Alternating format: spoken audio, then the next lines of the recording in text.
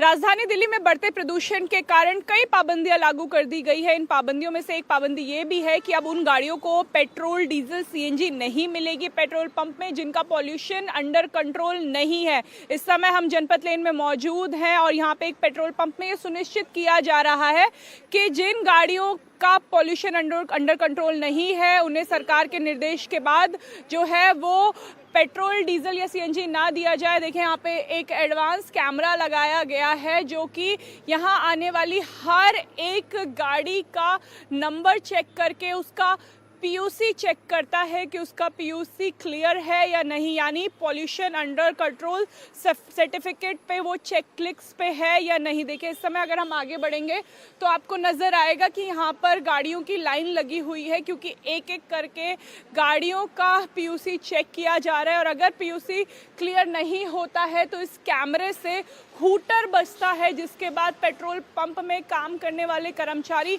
Alert हो जाते हैं और फिर उस गाड़ी की जो चेकिंग की जाती है फिजिकल, उनसे जो पीयूसी के कागज़ हैं वो मांगे जाते हैं और अगर वो पीयूसी नहीं दिखाते हैं तो उन्हें पेट्रोल, डीजल, सीएनजी जो भी लेने वो पेट्रोल पंप में आए हैं वो नहीं मिलता है। राजधानी दिल्ली में रेखा गुप्ता सरकार ने ये कह दिया है कि अगर किसी भी गाड़ी का पीयूसी नहीं है तो उसे जो है पेट्रोल पंप में जो डीजल, सीएनजी या फिर पेट्रोल है वो नहीं दिया जाएगा। देखिए सुबह सुबह का समय है और यहाँ पे ये सुनिश्चित किया जा रहा है, सही ये आदेश है कि पीयूसी अगर नहीं है तो पेट्रोल पंप में उन्हें जो है वो डीजल, सीएनजी नहीं मिलेगा। नहीं, अभी तक तो हमारे को बोला ही नहीं है। अच्छा, अब बताएंगे आप आएंगे तो। आपको ये जानकारी नहीं है? ये जानकारी है, सब कुछ है। अब जब तक वो आएंगे यहाँ खड़े होंगे जब वही बोलेंगे ना, चेक करेंगे। अच्छा, ये कैसे काम करती है मशीन, अगर आप हमें समझा सके कि कैमरे से जो आवाज आती है पीयूसी का, ये यहाँ से जो गाड़ी रेंज से चलेगी ये अपना भी कैच करेगा। गाड़ी नंबर बोलेगा, पीयूसी नहीं है इसका। दिल्ली में बढ़ते हुए प्रदूषण को देखते हुए सरकार ने दिल्ली के बाहर रजिस्टर्ड और BS6 से मानक वाली गाड़ियों की राजधानी में एंट्री पूरी तरह से बैन कर दी है। हालांकि सीएनजी, इलेक्ट्रिक और हाइब्रिड गाड़ियों को राहत दी गई है। इसके अलावा पब्लिक ट्रांसपोर्ट, इमरजेंसी सर्विसेज और ज़रूरी चीज़ों की आपूर्ति वाली गाड़ियों को छूट दी गई है।